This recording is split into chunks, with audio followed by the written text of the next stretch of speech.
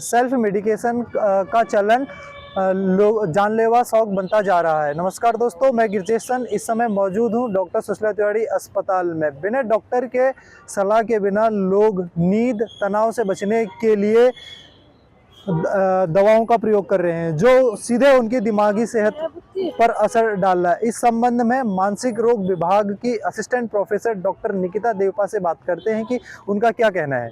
आपसे एक सवाल है और मेरी जिज्ञासा है कि मैम, आजकल लोग नींद की गोलियों को ज़्यादा खा रहे हैं, क्यों नींद की गोली ज़्यादा ले रहे हैं मैम? ठीक है। सबसे पहले चीज़ है कि जो नींद की गोलियां हैं उसे खुद से लेना सबसे ज़्यादा हानिकारक है। ठीक है। आप क्या होता है, बहुत सारे और आजकल हर घर में क्या हो रहा है कि लोगों को नींद नहीं आ रही है, घबराहट हो रही है, बेचैनी हो रहे हैं, तो उनको लगता है कि डॉक्टर के पास क्या जाना है, बाहर से काउंटर से, मेडिकल काउंटर से जाके दवाइयाँ ले लो। अब वो दवाइयाँ ले लेते हैं, उन दवाइयों से उनको एकदम से आराम भी मिलने लगता है, तो उनको लगता है कि अब हम ठीक हो गए, तो यही दवाइयाँ वो फिर कंटिन्यू करते रहते हैं। तो सबसे बड़ी चीज़ है कि बिना डॉक्टर को दिखाए खुद से जाके या कोई भी मेडिकल स्टोर से जाके दवाइयों का लेना। मैम, क्या क्या उसके दुष्परिणाम है मैम नींद की गोली खाने के? जी, अब दुष्परिणाम क्या होता है कि नींद की गोलियां एक तरह का, मैं ये नहीं बोलूँगी नशे की गोलियां, लेकिन अगर सही मात्रा में, सही ड्यूरेशन में और डॉक्टर की सलाह के बिना अगर ली जाए तो उसके काफ़ी दुष्परिणाम हो सकते हैं। जैसे कि अगर हमें एकदम से दवाई खा के इमीडिएट रिलीफ मिल रहा है, तो अब हम लोग क्या करेंगे कि अरे यार, इससे तो बहुत आराम मिल रहा है, कभी कोई घबराहट और नींद ना है, फिर वो गोलियाँ वो लेने लगते हैं। अब कब उसको खाते खाते उन गोलियों की लोगों को आदत होने लगती है। अब क्या होगा, आदत होगी तो जैसे एक कम डोज में उनको पहले असर मिल रहा था, अब कुछ टाइम में क्या होगा कि उसी सेम डोज से अब उनको वो असर ही नहीं मिलेगा जो उनको पहले मिल रहा था।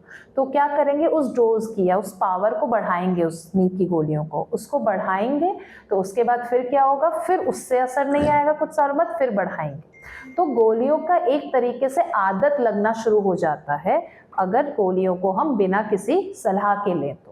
दूसरी चीज़ ये होता है कि जब फिर मरीज़ को लगता है कि नहीं यार, मैं बहुत टाइम से गोलियां खा रहा हूँ, मुझे लग रहा है इसकी लत लग गई, जब मरीज़ को ये पता चलता है तो मरीज़ गोलियां छोड़ने का सोचता है, लेकिन वो छोड़ इसलिए नहीं पाता है क्योंकि जैसे ही आप इस गोलियों को नहीं खाओगे तो अंदर से घबराहट, बेचैनी होने लगेगी, पसीने छूटने लगेंगे, कंपन होने लगेगी, जिसे बोलते हैं विड्रॉल। तो विड्रॉल के लक्षण आने लग जाते हैं। ठीक है, मरीज को और ज्यादा परेशानी होने लगेगी, तो और परेशानी होगी तो मरीज फिर से उस तरफ जाएगा और फिर से उस दवाइयों का सेवन करेगा। मैम, किस उम्र के लोगों में लोग इस तरह की दवाइयों को ज़्यादा प्रेफर कर रहे हैं? देखिए, ये कोई लोग मेनली क्या होता है, हर एज के लोग ये दवाइयों का ले रहे हैं, लेकिन ज़्यादातर वो एज ग्रुप रहती है 40 से 60 साल, जिसमें क्या होता है कि मरीज़ को ज़्यादा कुछ पता भी नहीं है बीमारी के बारे में, जानते भी नहीं हैं। कुछ मरीज़ क्या होता है, पहाड़ों में रहते हैं तो उनको इतना ज़्यादा नहीं होता है कि यहाँ पे आके दिखा सकें, तो वहीं के मेडिकल स्टोर से ले ली दवाइयाँ।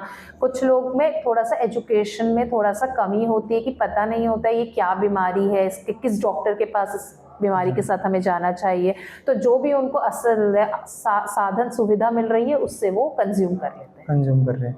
मैम, एक सवाल मेरा आपसे है कि मैम, आपके पास इस तरह के एक आध मामले बता सकते हैं, क्या क्या मामले आए हैं आपके पास? जी बिल्कुल।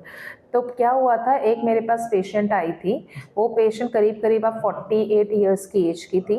वो मेरे पास आई, यही सारी परेशानी, घबराहट, बेचैनी और जो भी उसकी बीमारी के लक्षण थे वो सब लेकर आई, नींद नहीं आना, जो भी। फिर हमने उसको दवाई दी 15 दिन की।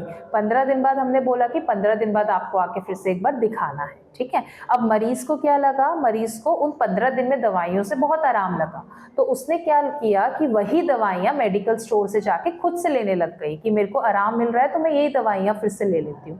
तो वो ऐसे लेते लेते करीब करीब 2 साल बाद फिर से मेरे पास आई, मैडम कि मेरे को, अब आपने ये मेरे को दवाइयाँ दी थी, अब इन दवाइयों से मुझको असर ही नहीं आ रहा है। तो हमने पूछा कि आपको तो ये दवा 2 साल पहले दी गई है और 15 दिन की दी गई है, तो आपको कैसे आराम?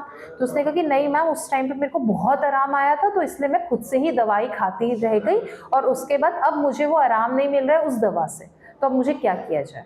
तो ये एक केस था जिसमें कि पेशेंट को आराम आया, लेकिन विदाउट डॉक्टर के प्रिस्क्रिप्शन के, विदाउट डॉक्टर्स के सलाह के, वो खुद से ही वो दवाई लेती चली गई और उसकी एक तरीके से उसे बिना कुछ जाने हुए उस चीज़ की आदत लग गई। और मैम इस तरह गोलियां बिना डॉक्टर के कंसल्ट के लिए लेने से क्या नुकसान हो रहे हैं ये आपने बता दिया, पर मैम ये कुछ सलाह भी आप देना चाहेंगे हमारे पाठकों को? बिल्कुल, मैं ये सलाह देना चाहूँगी कि कुछ नींद की गोलियाँ होती हैं, बट ऐसा नहीं होता है कि वो खराब होती हैं या वो जानलेवा होती हैं या उससे नुकसान होते हैं।